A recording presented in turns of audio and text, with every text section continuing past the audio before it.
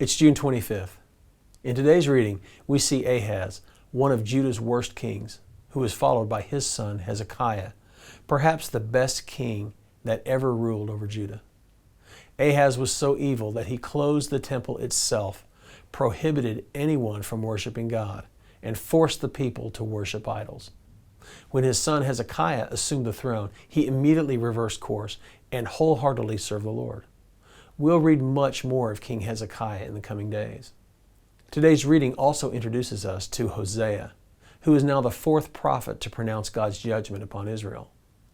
God commands Hosea to marry a prostitute with the full knowledge and expectation that she will stray from her wedding vows and bear children with total strangers. It's a radical move and deeply painful for Hosea personally, and one that God uses to illustrate the pain he endures from Israel's faithless idolatry. Both Hosea and the Lord's frustration are encapsulated in chapter 2 and verse 8.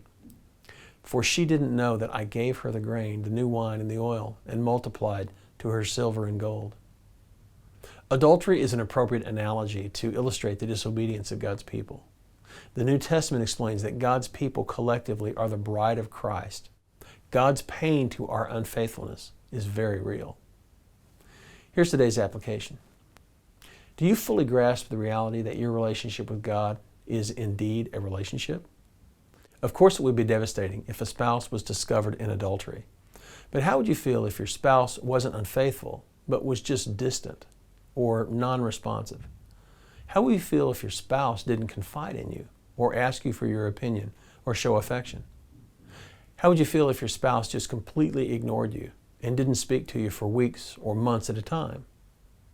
Well, from the book of Hosea, we see that that's not altogether different than how God views it if we don't confide in Him. Turn to Him today. He's faithful and He's waiting with open arms. Now here's today's prayer.